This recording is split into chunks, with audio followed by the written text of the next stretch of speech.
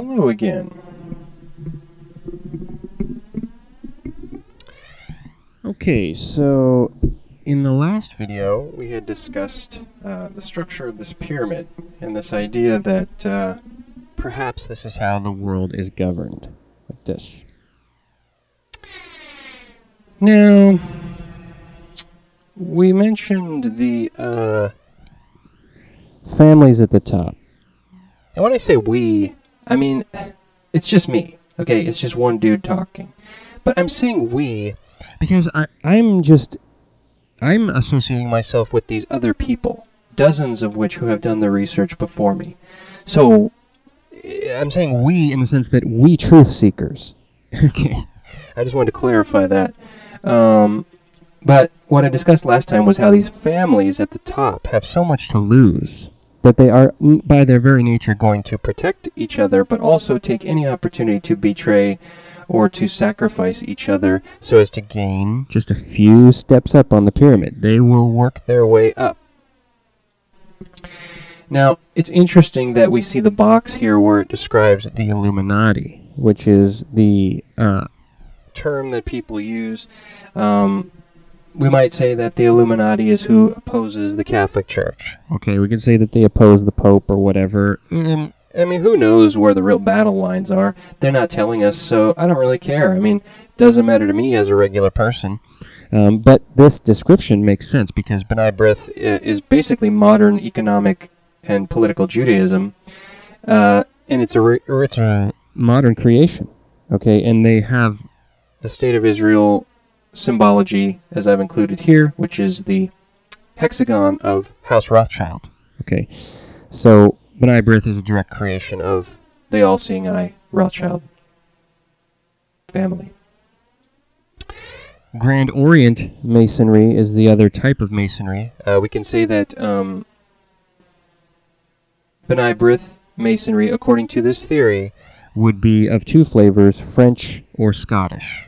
So Scots Rite or France. And then opposing those two would be, or in tandem on the other side of the globe, would be Grand Orient Freemasonry, which is all of the, Oriental, Templar, OTO, and I'm guessing that means all those guys. So, and generally this traces back to Indian rituals that are tantric. A lot of the stuff these people do is just to rebel against the Pope.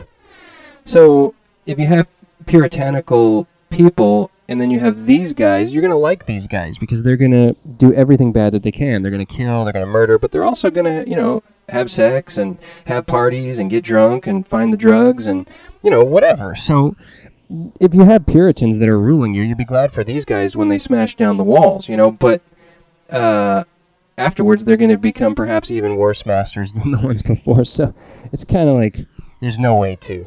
I mean, I guess if we all get together, we could somehow get a better world, but I'm just kind of interested in sharing my research with you. But it's interesting that below the Illuminati, we see the very next step is communism. So, well, that's interesting. That communism exists outside the Illuminati, which we could basically then understand from this, that communism is the face of all of this above it. And that's true. If you look at the facts, you'll find that communism was created by these people, and it was basically designed to destroy the Tsar, and it worked.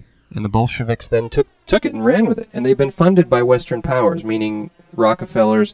The efforts of communism, okay, are funded by these people. Okay, that's true. So,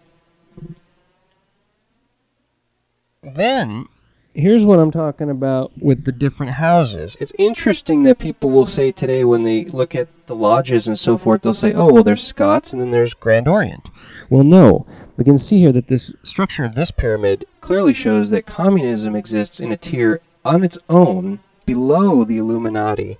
And then below communism are the York and Scots rites. York, of course, being a famous site in the London area. It was actually a sacred forest. And they chopped it down and used the trees to build a church, and then blah, blah, blah. It's just now we have New York. So we're way beyond that first moments. There's probably probably even older than we imagine. And then the Scots people of the Northern Highlands there, this is a classic battle. This is basically the Jacobean front, because the Jacobins are from northern Britain or whatever. They're the North Country there, the Scottish Highlands. And they're actually from Ireland, is who settled Scotland. So the southern part, the York parties, is more French, because the French basically brought Louis across and they took over. Anyway, you can tell from my description of these events that I'm just basically a novice, and I don't really have too much, I'm not going to stand that I know this point or the other. I'm saying generally, this is what I've understood. So use comments and send me messages if you feel that I'm not saying something truthfully here. But then below those two lodges, outside those, we have everything else. White Masonry, which means Rotary, Elks, YMCA. So it's Masonry that's not seen as Masonry. They use the color white, which is all colors. Mixed together, you get white. In a chromatic context, all colors, all positive colors form white. Rotary, Elks, YMCA, they all sing songs, they all unite, and it's all just to perpetuate the belief that they're different or separate. All of these tiers must always agree that they are, anywhere there's a line in here, they must agree that they're nothing like the other party. That is the key of this graphic. So when you find one of these people and they say, oh, we're nothing like that, show them this graphic, or show them this YouTube, and see what they say. Now, I'm going to go ahead and just step to the next visual aid, if I can find it here. Where is it at? Okay, here it is. All right. So, who are the Council of 13?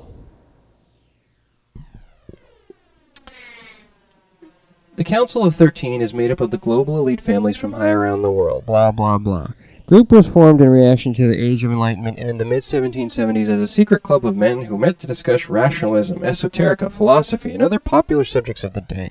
After the Illuminati was officially banned in its home country, the members simply... Here, I'm just going to write this here. 1770. Okay? That's when they say that the Council of 13 was formed. Interesting. This verbiage, I'm not sure who this comes from either. This is another cut and paste into Notepad because I liked it, and I printed it, and I just stuffed it in my files. After the Illuminati was officially banned in its home country, their members simply left and went elsewhere to start other chapters of the society. There were soon sects of the Illuminati all over Europe. So,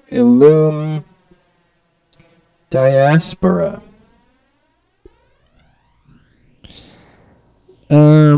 Today, these families are considered the top of the hierarchy of global elite families. So, whenever you hear the phrase global elite be mentioned, chances are good that the person representing Council of 13, the rules of the Illuminati, literally is represented there. Even though there are other families that are considered to be members of the global elite and they have the financial, political influence, the Council of 13 represents the most powerful families on Earth. Information gathered from ex-members of the Illuminati says that members of the Council hold meetings at regular intervals during the year, usually on days that are considered to be pagan or occult holidays. It's also been speculated that the council meetings are steeped in Druidic symbolism and ritual, and that the standing members of the council, in addition to their roles as the global leaders of the Illuminati, are also the spiritual heads of the Illuminati. Etc., etc., etc., and on, so on, and on forever. Anyway, the families who have members serving on the Illuminati Council are either members of or are related to the Astor, Collins, DuPont, Freeman, Kennedy, Lee, Onassis, Reynolds, Rockefeller, Rothschild, Russell, and Van Dyne families. 12. Some of these names are probably familiar to you as titans of finance and politics. The ones that aren't so familiar are renowned mostly for their occult experience and religious power. Ties through marriage and blood.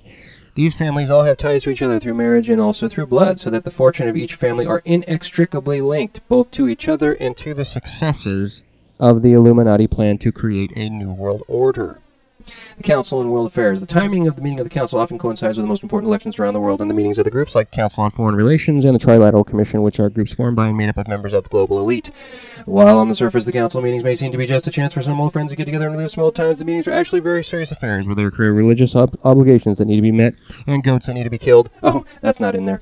But, and events that need to be created in order to take their plan Your New World Order government to the next level. As the plan progresses, events are happening faster and in a more concentrated manner, so that the council needs to work hard to manage the creation and execution of these events. Can you imagine how hard they're working? Wow. Let's just have a hand for them. Okay. Council of 13 meets at elections and functions of Council on Foreign Relations and Trilateral Commission, one member of each family. So let's just take a look at those families that were mentioned.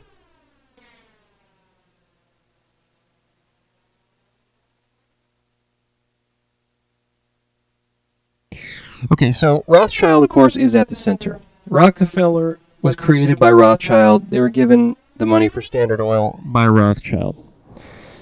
Freeman, very interesting. I don't know much about them. Let's research them. Okay, do a video response to this, any of these topics that I raise in my YouTubes here. And carry forward Soldiers of Truth. Reynolds, of course, I think this is the same family that so successfully marketed the sacred Native American leaf called tobacco. Russell are very famous. They created Skull and Bones. So, and these are all, what I'm talking about is a lot of these families rose to power during the Industrial Revolution. Rothschild loaned money to these families, and so they all became powerful. And hey, good for them. So then we have Onassis, and we know that this family's big claim to fame was to marry Jacqueline. The Lee family, I'm just guessing, may be connected to something. Kennedy, we've heard of them, of course.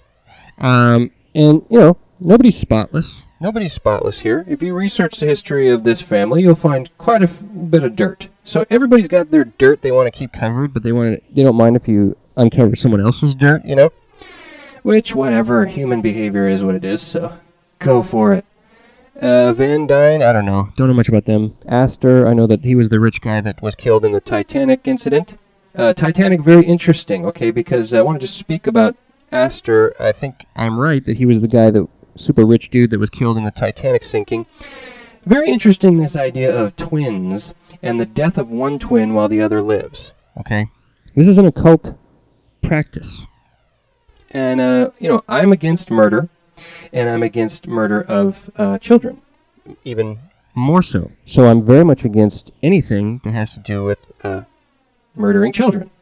But I'm guessing that occult practitioners, not necessarily any of these people, just saying, are not so much against that. From what I've heard, just on the surface, you know, they may sacrifice children and gain power because they're all willing to stand there and watch such a thing, and then you gain power, and everyone sort of participates, kind of like that short story, The Lottery, where they all stone one person so that the town can have a good crop. I think that carries with these families. I'm not sure. I have no idea. God help me if I ever accuse any of these powerful people of doing anything wrong, so I can't do that. I can only hold them accountable for what we can see, which is the propagation of war. But this family right here, although this guy was a hero, their scion JFK, and he was killed, they were very big on disarming the U.S. Okay, so you have a lot of aspects to this in the sense that this family wanted to move up to this center position, and they were killed. In my opinion, this family's almost been exterminated because of their efforts, or there's some drama here that caused them to be targeted. But the idea that the twin ship Titanic sank while the other one, her sister ship, lived is very interesting. And also the history of the Titanic conspiratorially is interesting. So I would respect, you know, Jim Cameron if he would do like a sequel to Titanic that's sort of like the JFK movie. You know, let him cover the conspiracy aspect. But I'm guaranteeing you that Jim Cameron, director of Titanic, will not do a conspiracy-related Titanic sequel. It's not in his interest to promote anything that has to do with conspiracy. Collins, which is why I respect Oliver Stone as a filmmaker more, because he's willing, as a soldier who fought in Vietnam, to discuss conspiracy. Okay, so I'll leave it at that.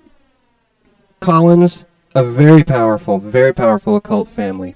DuPont, of course, and so on. So we're at the end of the second video here. I'm just going to wrap this up. We'll go into the next video soon enough, and we'll discuss this central family a little more, but we'll, you know, try to keep a balanced view.